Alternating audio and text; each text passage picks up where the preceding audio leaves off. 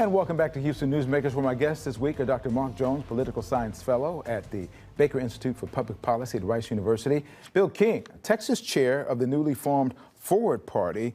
Let's talk about how you think the way partisan politics is impacting the state. You wrote an essay, and you call it The Tyranny of Minorities. What was that all about, and what do you think that's impacting us? Well, the problem is because of the way the primary system works and because we have this two-party system, the views of the majority of the people in the primary is what control and not the majority of Texans. So, for example, in that article I talked about abortion, and it's clear that there's 60, 70%, 80% of the Texans think there ought to be some kind of an exception for rape and incest.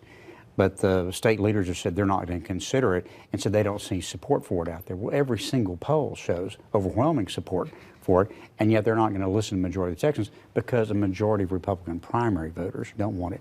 That's what's broken about this system. That's why we need electoral reform, and we need a party in the middle that can broker compromises on these things. And you say same thing is true on the left side of the ledger as far as political as well, yeah. So it's Democrats. Yeah, for sure. The Texas Democratic Party platform includes banning fracking in Texas.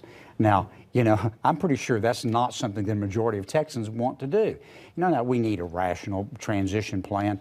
We need common sense solutions, and that's why we need somebody that will speak out for the majority of Texans, the majority of Americans that want, moderate, common sense solution to these problems and not ideological talking points. Let's talk about what's going on in the legislative session right now. Is there somebody here and there right now? Are there things on the table that people can come together and have some common sense kind of solutions? Or more likely than not, you're going to see a Republican agenda go through. You have a strong Republican majority in the Senate and in the House. In the House, the Speaker, Dade Phelan, has to rely a little more on Democrats, so that sometimes is a breaker on Republican legislation. But by and large, we're going to see conservative priorities pass in areas like schools, in areas like education, border security, and we're not going to see any of the Democratic legislation on gun control or abortion rights pass. Surplus is a big talking point. There's a lot of money left over.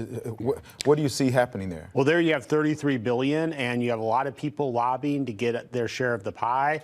A large proportion of that's going to go to some type of property tax relief, and then the rest of it's going to be divvied up into smaller pots, say for the University of Houston and Texas Tech, an endowment fund, funding for rural law enforcement, probably some new mental health hospitals, and probably something to fix the electric grid. Bill, you're looking at what's going on in Austin. What do you see happening in terms of what their priorities should be? Well, I think the biggest thing is going to be what do we do with the $33 billion?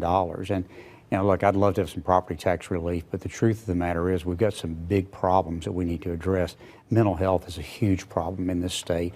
The grid still hasn't been fixed. We need the Ike Dike built, by the way, for those along the Gulf Coast here. So I would rather see the money put into infrastructure spending than, there's an old rule in any kind of business or government.